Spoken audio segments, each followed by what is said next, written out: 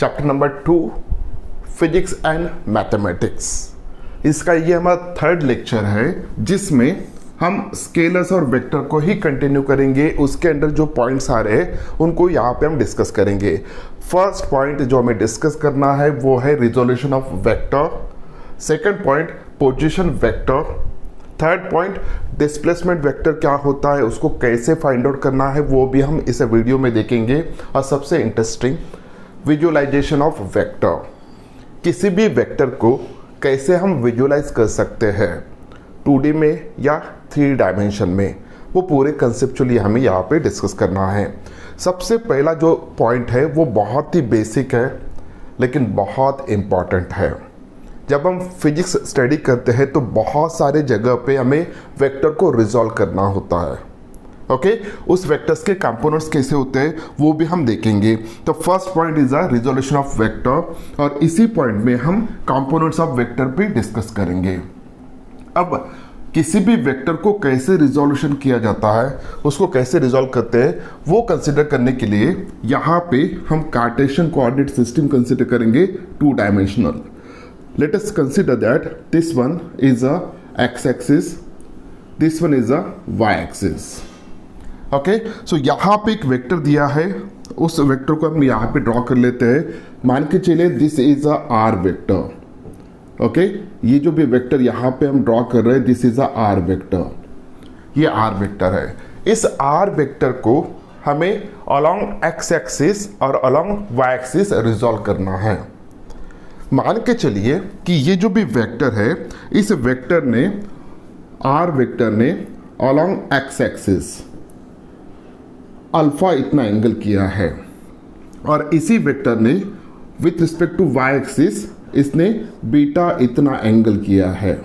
So alpha is a angle made by the given vector with x axis, beta is the angle made by the given vector along y axis. Okay, अब हम क्या करेंगे, यहां से let us consider this point is a O point.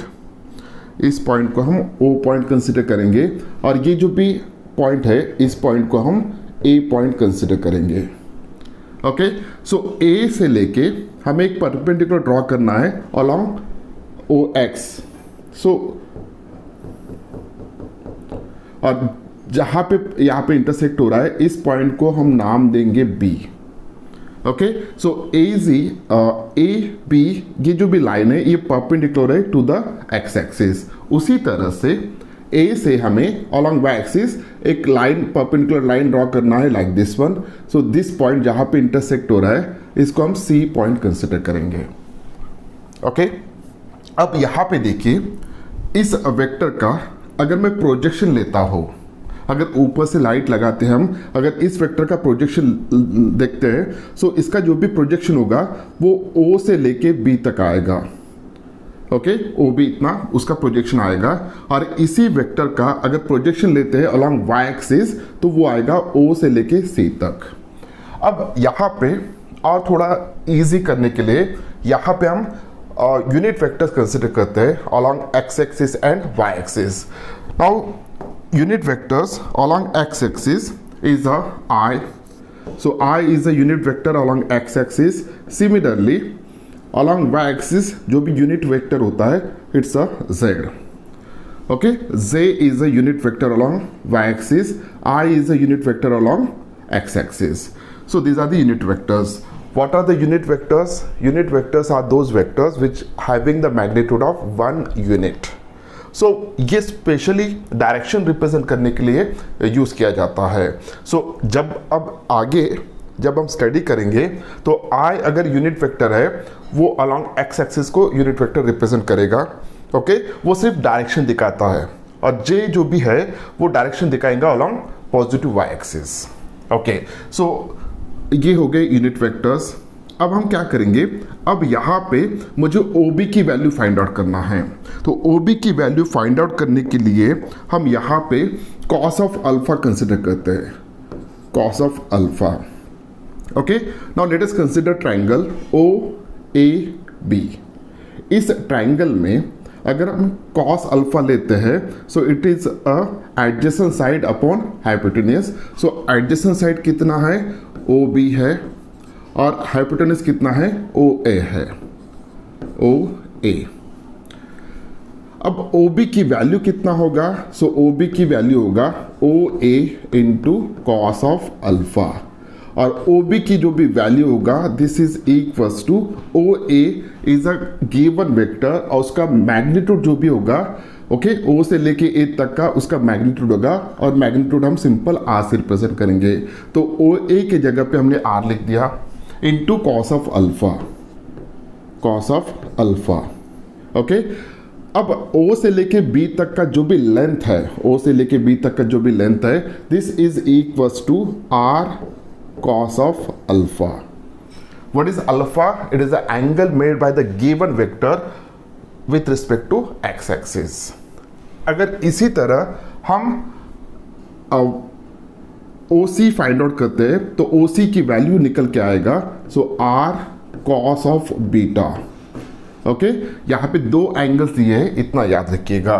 So along y axis इस vector का जो भी कंपोनेंट आएगा this is R cos of beta, okay. अब यहाँ पे देखिए एक इक्वेशन मैं लिखने जा रहा हूँ जो कि लास्ट लेक्चर में हमने यूज किया है, और वो इक्वेशन है vector R is equals to OB vector plus OC vector, okay. OB vector, ये वाला वेक्टर यहां से लेके यहां तक का, OC वेक्टर यहां से लेके यहां तक का, ओके। सो ये दो वेक्टर्स का वेक्टर एडिशन, ये रिजल्टेंट वेक्टर आ रहा है, यानी गिवन वेक्टर आ रहा है R। By using parallelogram law we can easily prove that OB vector plus OC vector is equals to R vector, जो कि हमने लास्ट लेक्चर में ऑलरेडी स्टडी किया है, ओके। सो यहाँ पे एक चीज रखिए, याद रखिएगा, जो भी वेक्टर दिया है इस वेक्टर को हम अगर रिजॉल्व करते हैं अलोंग टू परपेंडिकुलर एक्सिस, तो फर्स्ट कंपोनेंट उसका जो भी आ रहा है along x axis it is a OB vector, along Y axis इसका जो भी कंपोनेंट आ रहा है it is a OC vector. तो यहाँ पे OB वेक्टर और OC vectors are called as an components of given vector, okay. अब OB वेक्टर ड्रॉ करना है हमें, ओके। सो OB वेक्टर जो भी होगा दिस इज इक्वल्स टू, अब यहां से लेके यहां तक का मैग्नीट्यूड कितना बना है यहाँ पे R cos of alpha, okay. ये तो हो गया मैग्नीट्यूड, लेकिन OB वेक्टर है। अब हमें डायरेक्शन रिप्रेजेंट करना है। अब डायरेक्शन रिप्रेजेंट करने के लिए हम सिंपल यहाँ पे I का यूज करेंगे। सो ये होगा मैग्नीट्यूड और डायरेक्शन मिलके एक वेक्टर हो गया। सो OB की वैल्यू आ गया R cos alpha into I। इसी तरह हम OC अगर फाइंड आउट करते हैं तो OC is equals to R cos of beta into J।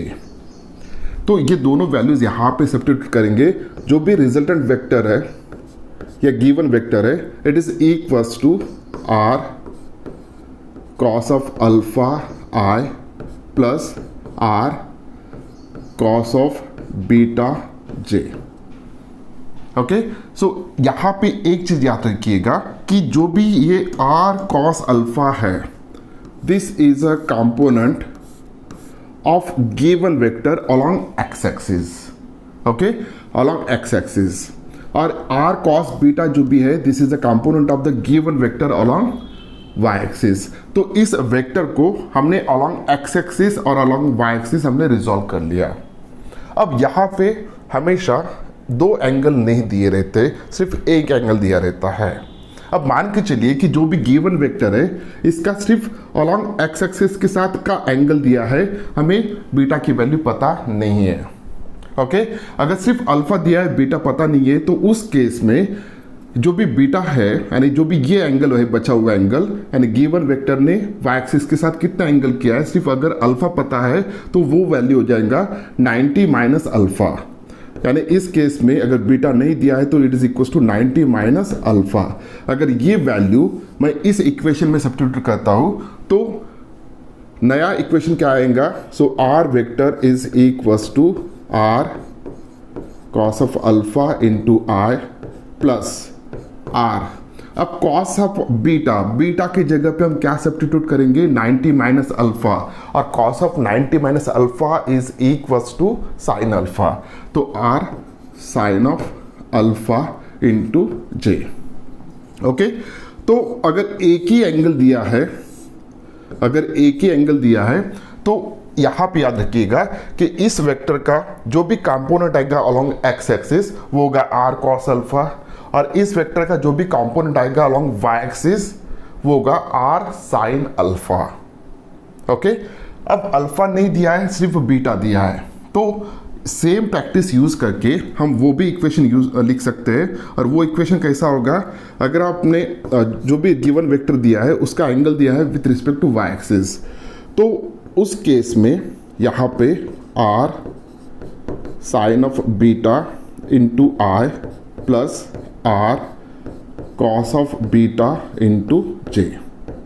Okay, so इस तरीके से इक्वेशन आएंगे।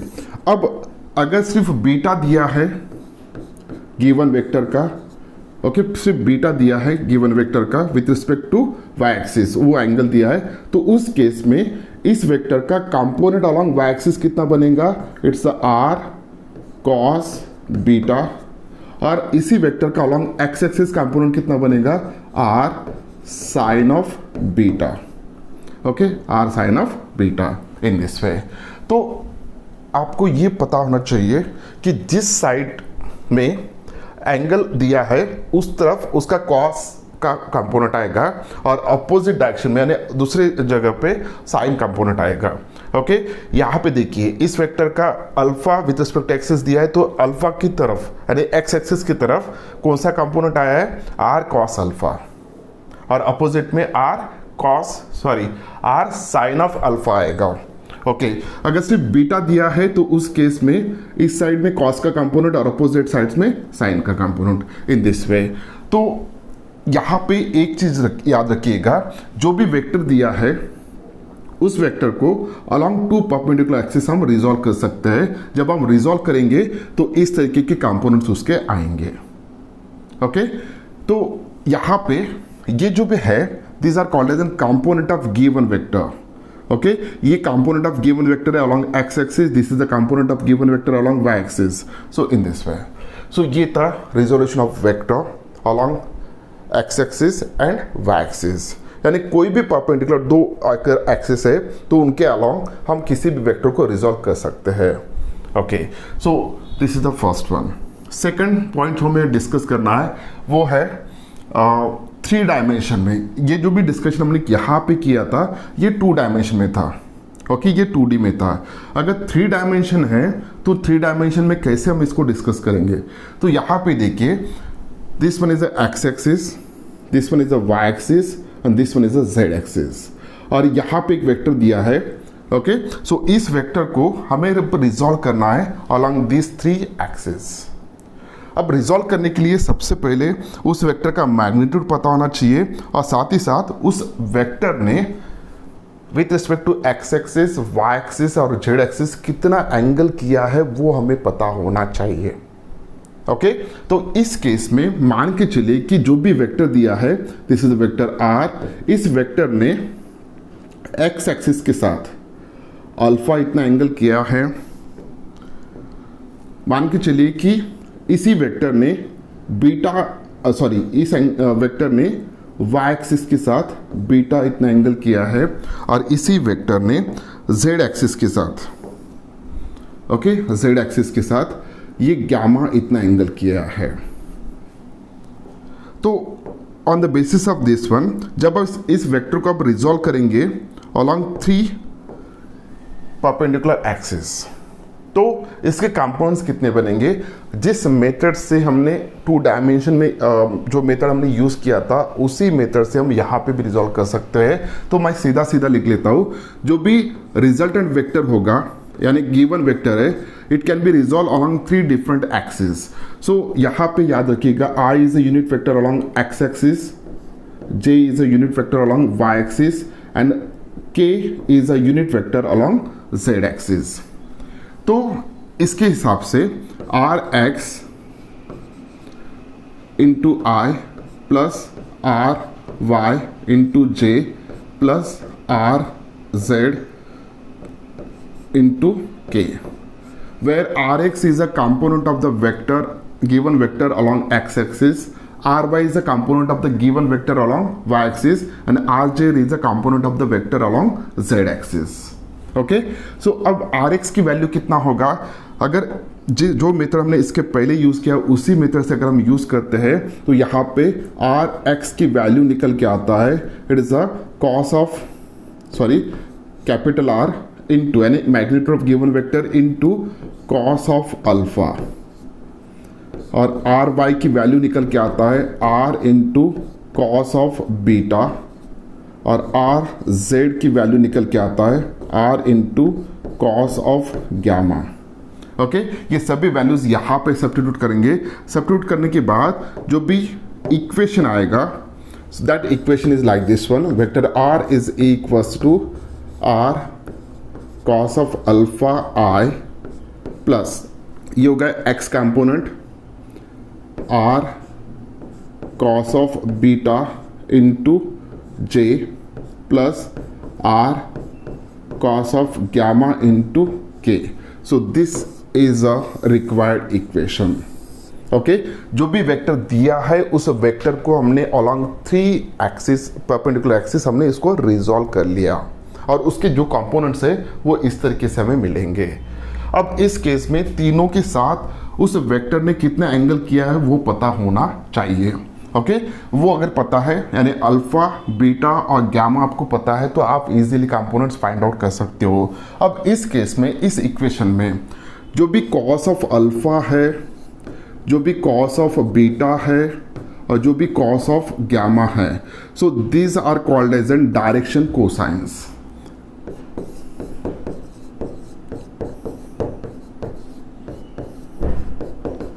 ओके, इनको क्या कहेंगे हम? Direction cosines. सो कभी कभी क्वेश्चन आता है कि एंगल दिया है और वेक्टर का मैग्नीट्यूड दिया है तो उसके डायरेक्शन कोसाइन फाइंड आउट करने के लिए बोला जाता है. तो इस प्रकार से हम, अगर हमें एंगल पता है गिवन वेक्टर का with respect to X axis, Y axis and Z axis, तो हम इजीली उनके डायरेक्शन कोसाइन फाइंड आउट कर सकते हैं. तो ये था how the resolution of vectors takes place along 3 perpendicular axis. कोई भी वेक्टर अगर दिया है तो उसके रिजोल्यूशन कैसे होता है और उसके कंपोनेंट्स कैसे बनते हैं वो हमने यहाँ पे देखा है. ओके, अब नेक्स्ट पॉइंट हमें जो डिस्कस करना है वो बहुत ही इंटरेस्टिंग है. It's a position vector. अब पोजीशन वेक्टर क्या है वो हम यहाँ पे देखेंगे. बहुत बार हमें पोजीशन वेक्टर फाइंड आउट करना होता है. So for that let us consider here this one is a x axis, this one is a y axis. Okay, और यहाँ पे this one is a z axis. ऐसा हम कंसिडर करके चलते हैं. सो x axis, y axis and z axis, this is a Cartesian coordinate system. अब इसमें एक पॉइंट दिया है हमें, वो पॉइंट कहीं यहाँ पे स्पेस में.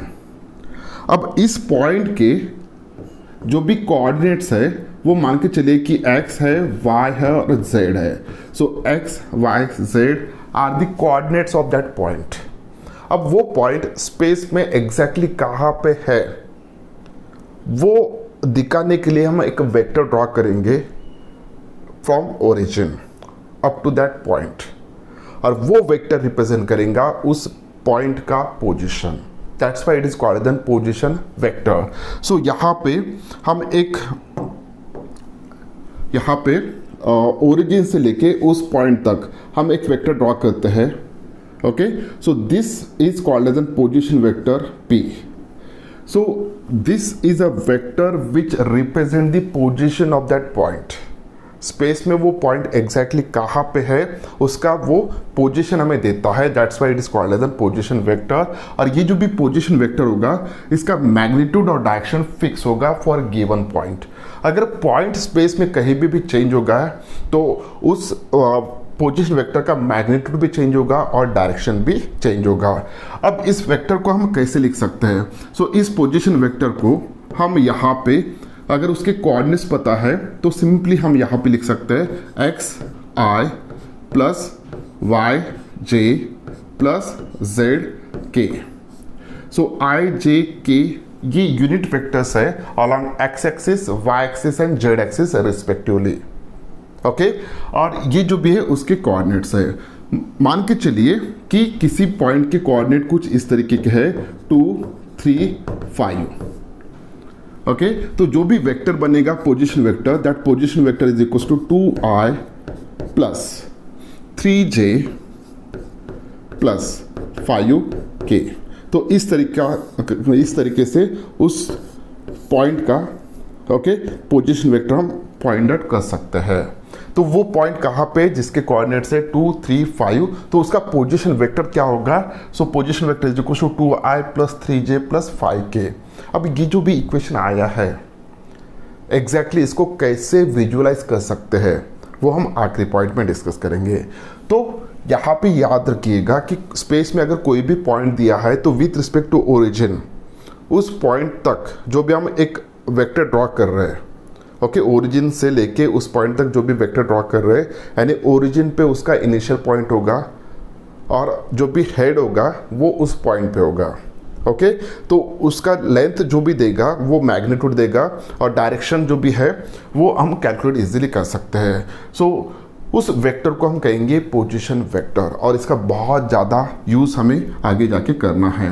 अब इसी तरह और एक वेक्टर हमें बहुत बार यूज़ करना होता है, इट्स अ डिस्प्लेसमेंट वेक्टर। अब इसको समझने के लिए मान के चलिए कि this is a X axis, Y axis and Z axis, यानी कार्टेशियन कोऑर्डिनेट सिस्टम है।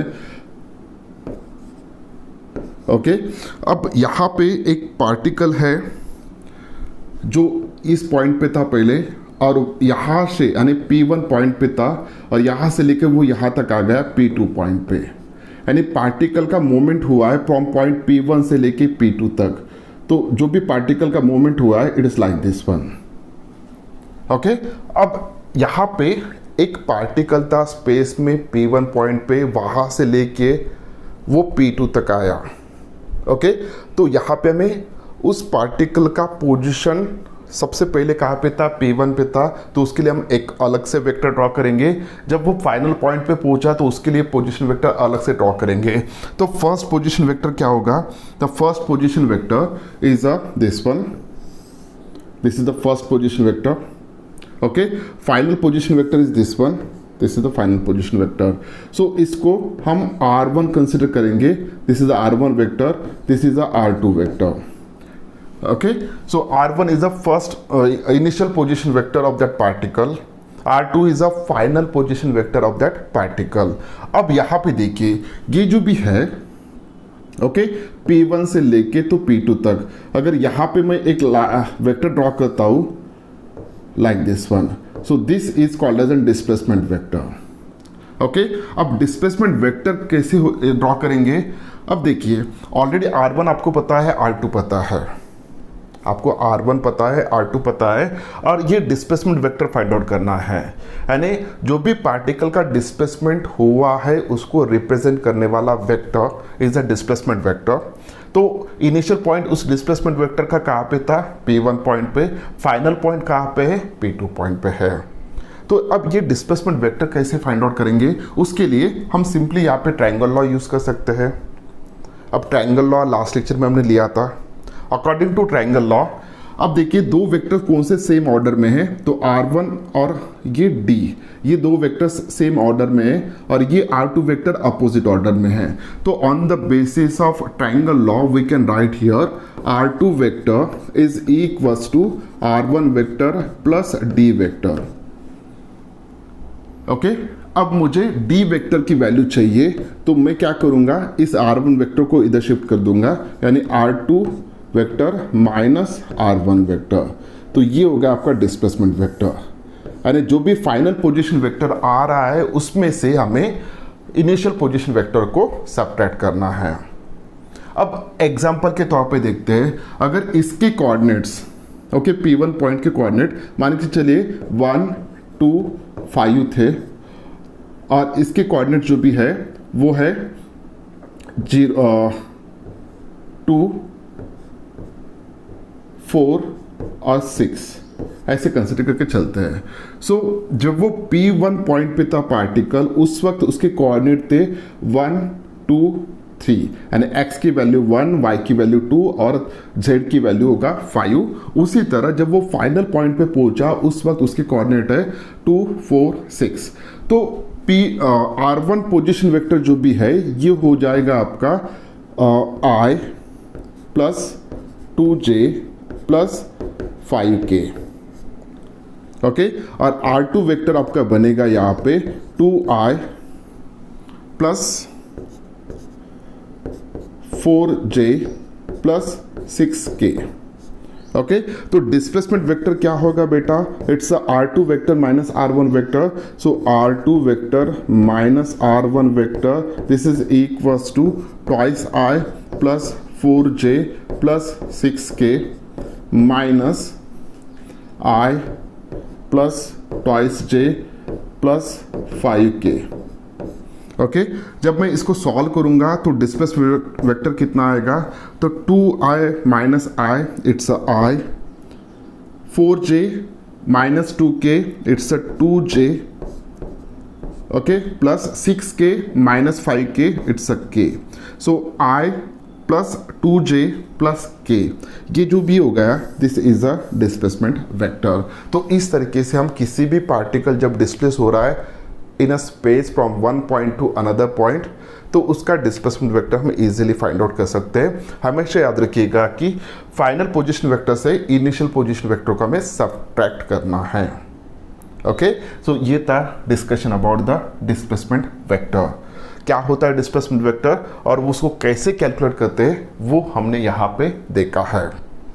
अब बहुत ही interesting visualisation of vector, vectors को हम कैसे विजुअलाइज करते हैं। सो फॉर दैट अगर हम यहाँ पे देखते हैं, जब 2D में बात करेंगे हम, सबसे पहले हम 2 डायमेंशनल बात करेंगे। ओके, यानी एक्स एक्सिस और Y axis, this one is a X axis, this one is a Y axis. Okay, तो यहाँ पे हमें पता है कि जब हम ग्राफ देखते हैं तो यहाँ पे 4 क्वाड्रेंट आते हैं। So this one is the first quadrant, this one is the second quadrant, this one is the third one, this one is the fourth one. तो फर्स्ट में एक्स एक्सिस और वाई एक्सिस दोनों positive है। Second quadrant में Y axis positive है लेकिन x axis negative है। Third इसमें एक्स एक्सिस और वाई एक्सिस दोनों नेगेटिव है। और फोर्थ क्वाड्रेंट में वाई एक्सिस नेगेटिव है और एक्स एक्सिस पॉजिटिव है। अगर मुझे एक वेक्टर को देखना है कि एग्जैक्टली वो कैसे होगा, तो यहाँ पे एक एग्जांपल लेते हैं हम। सो फर्स्ट वेक्टर हम कंसिडर करेंगे, यहाँ पे vector P is equals to 3I plus 4j, 3I plus 4j। अब इस वेक्टर के अलॉन्ग एक्स एक्सिस ये कंपोनेंट है, अलॉन्ग वाई एक्सिस ये कंपोनेंट है। ओके, अब देखिए इस वेक्टर को मुझे ड्रॉ करना है इस ग्राफ पे, तो कैसे ड्रॉ करेंगे? बहुत इजी है। देखिए अलॉन्ग एक्स एक्सिस कितने डिजिट्स है? 3, यानी अलॉन्ग एक्स एक्सिस 3 डिजिट है। अलॉन्ग वाई एक्सिस कितने डिजिट है? 4, तो अलॉन्ग वाई एक्सिस 4 डिजिट है, 1 2 3 4। ओके, सो यहाँ पे वो पॉइंट आएगा जिसके कोऑर्डिनेट्स होंगे 3 और 4, जिसका x कोऑर्डिनेट 3 होगा, y कोऑर्डिनेट 4 होगा। तो यहाँ पे हम वेक्टर ड्रॉ कर सकते हैं। That vector is like this one. Okay, ये जो भी वेक्टर है this is a p vector which is equals to 3I plus 4j, 3I plus 4j। तो इस तरीके से वो वेक्टर होगा। अगर कोई वेक्टर दिया है दूसरा, so q vector, this vector is equals to 2I plus 6j। Okay, 2I plus क्या है? 6j है। तो उस q वेक्टर को हम ड्रॉ करके देखते हैं। सो अलॉन्ग एक्स एक्सिस कितना डिजिट है? 2 है। अलॉन्ग वाई एक्सिस कितना डिजिट है? 6 है। तो ये 2 हो गए, ये 6 हो गए। ओके, ये 6 हो गए। तो वो वेक्टर जो भी ड्रॉ होगा that vector it is like this one.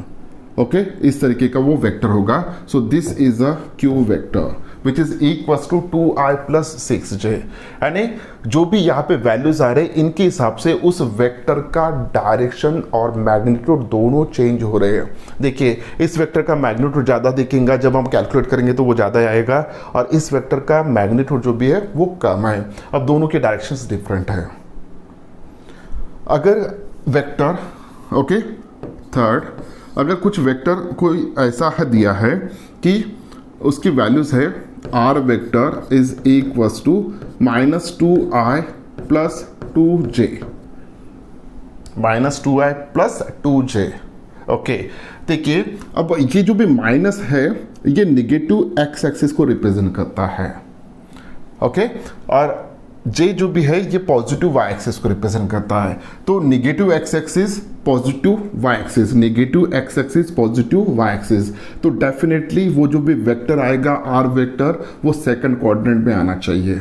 Okay, सो दोनों का वैल्यू 2 है, दोनों का वैल्यू 2 है, तो वो पॉइंट ये यहाँ पे आएगा। और वो जो भी वेक्टर है r vector, it is like this one, so this is a r vector. Okay, ये कौन सा वेक्टर हो गया? r vector. अब इसी तरह अगर हमें फोर्थ नेक्स्ट वेक्टर देखना है, fourth vector, so S vector हम कंसिडर करते हैं। This is equals to -2i plus 4j, -2i plus 4j। अब देखिए दोनों दोनों यहाँ पे एक माइनस लेंगे हम,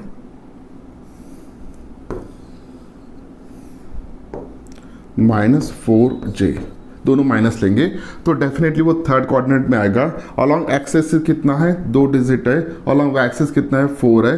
तो वो ये पॉइंट आएगा और जो भी वेक्टर होगा that vector is like this one, so this is a S vector. यहाँ पे जैसे जैसे वैल्यूज चेंज हो रहे हैं वैसे वैसे वेक्टर का डायरेक्शन भी चेंज हो रहा है और मैग्नीट्यूड भी चेंज हो रहा है। यानी जो भी वेक्टर यहाँ पे दिया है, जो भी वेक्टर का एक इक्वेशन दिया है, वो इक्वेशन बहुत कुछ हमें बताता है। उस वेक्टर को हम विजुअलाइज कर सकते हैं इजीली। ओके, तो सबसे लास्ट में यहाँ पे हम देखेंगे कि एक फिफ्थ वेक्टर है। देखिए तो एस टी वेक्टर हम कंसिडर करेंगे। सो टी वेक्टर जो भी है वो -4i -8j, ऐसा हम कंसिडर करके चलते हैं। क्या है बेटा? -4i -4j। डेफिनेटली ये कौन से क्वाड्रेंट में आएगा? थर्ड। ओके, क्योंकि दोनों वैल्यूज कैसे नेगेटिव है, नेगेटिव एक्स एक्सिस और नेगेटिव वाई एक्सिस। लेकिन वैल्यूज कैसे? y4, सो ये हो गया 4 और इसका है 8, तो ये 8 यहाँ पे आएगा कुछ, तो वो पॉइंट कुछ इस तरीके का आना चाहिए। अगर मैं वेक्टर ड्रॉ करता हूँ तो वे वेक्टर कुछ इस तरीके का आएगा। अब देखिए इस वेक्टर को और इस वेक्टर को अगर हम ध्यान से देखते हैं तो ये दोनों वेक्टर्स एक में को पैरेलल है। दोनों वेक्टर्स कैसे एक में को पैरेलल है?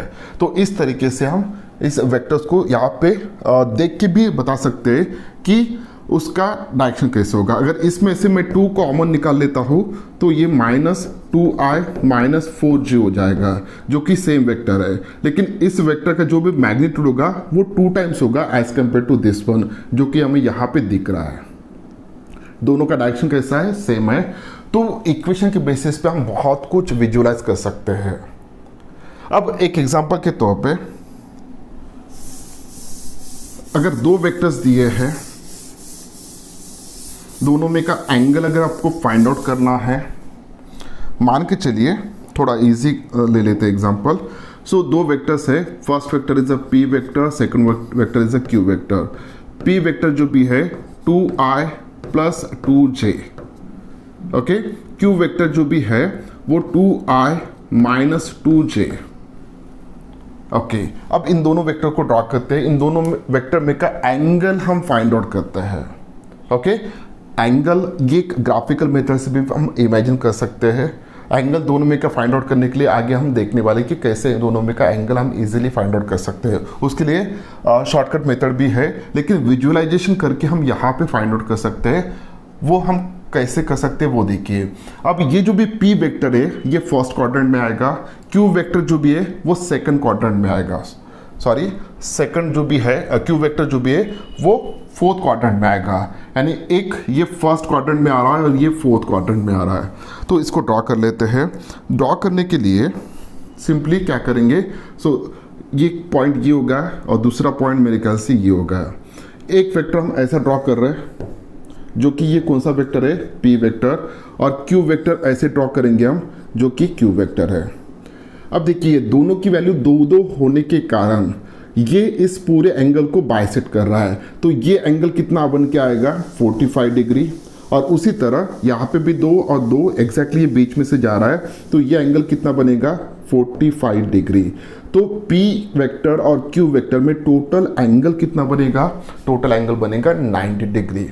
यानी इन दोनों में जो भी एंगल बन रहा है यहाँ पे 90 डिग्री बनेगा। दोनों का मैग्नीट्यूड सेम है, दोनों का मैग्नीट्यूड सेम है और एंगल दोनों में जो भी बन रहा है it is equal to 90 degree. तो इस तरीके से हम हर वेक्टर को विजुलाइज कर सकते हैं। अब इसी ट्रिक को यूज़ करते हुए अगर हम 3 डायमेंशन में कंसिडर करते हैं, थोड़ा डिफिकल्ट है इमेजिन करना, लेकिन यहाँ पे हम इसका यूज़ करते हैं। ओके, अब यहाँ पे देखिए, जैसे 2D में 4 क्वाड्रेंट थे, 3D में टोटल 8 क्वाड्रेंट होंगे। कौन से? ये एक्स एक्सिस, वाई एक्सिस और जेड एक्सिस तीनों पॉजिटिव। ये हम इसको फर्स्ट क्वाड्रेंट कंसिडर करेंगे, ये वाला फर्स्ट क्वाड्रेंट है। ओके, अब इसके पीछे का जो भी होगा इसको हम सेकंड क्वाड्रेंट कंसिडर करेंगे, इसके पीछे का जो भी होगा ये थर्ड क्वाड्रेंट और ये जो भी होगा ये फोर्थ क्वाड्रेंट। अब इसके एग्जैक्टली नीचे जो भी होगा ये फिफ्थ क्वाड्रेंट, सिक्स्थ क्वाड्रेंट, उसके पीछे का सेवंथ क्वाड्रेंट। ओके, यानी इसके डायगोनल साइड अपोजिट में, और ये एट्थ क्वाड्रेंट। ऐसे टोटल कितने क्वाड्रेंट बने यहाँ पे? 8। ओके, अगर कोई इक्वेशन दिया है आपको P vector, so P vector is equals to 3i plus 4j plus 5k। तो डेफिनेटली तीनों वैल्यूज पॉजिटिव है, तो ये कौन से क्वाड्रेंट में आएगा? फर्स्ट में आएगा। ओके, फर्स्ट में आएगा। अलॉन्ग एक्स एक्सिस हम कितना लेंगे? 3 डिजिट। अलॉन्ग वाई एक्सिस कितना लेंगे? 4 डिजिट। अलॉन्ग जेड एक्सिस कितना लेंगे हम? 5 डिजिट। तो ये फर्स्ट क्वाड्रेंट में आएगा, आप इमेजिन करके चल सकते हो। ओके, तो इसके लिए एक ट्रिक बताता हूँ। जिस रूम में आप खड़े हो, मान के चलिए ये रूम है। ओके, और ये कौन सा एक्सिस है? एक्स एक्सिस है। ये कौन सा है? Y axis. और ये कौन सा है? जेड एक्सिस है। सबसे पहले अलॉन्ग एक्स एक्सिस आपको कितना डिजिट चलना है? यहाँ से सेंटर से 1 2 3, तो 3 डिजिट हम यहाँ तक चले। अलॉन्ग वाई एक्सिस हमें कितना डिजिट चलना है? 4। सो 1 2 3 4। ओके, यहाँ तक चले अलॉन्ग वाई एक्सिस, 4 डिजिट चलना है। अब ऊपर हमें कितना आना है? 5 डिजिट।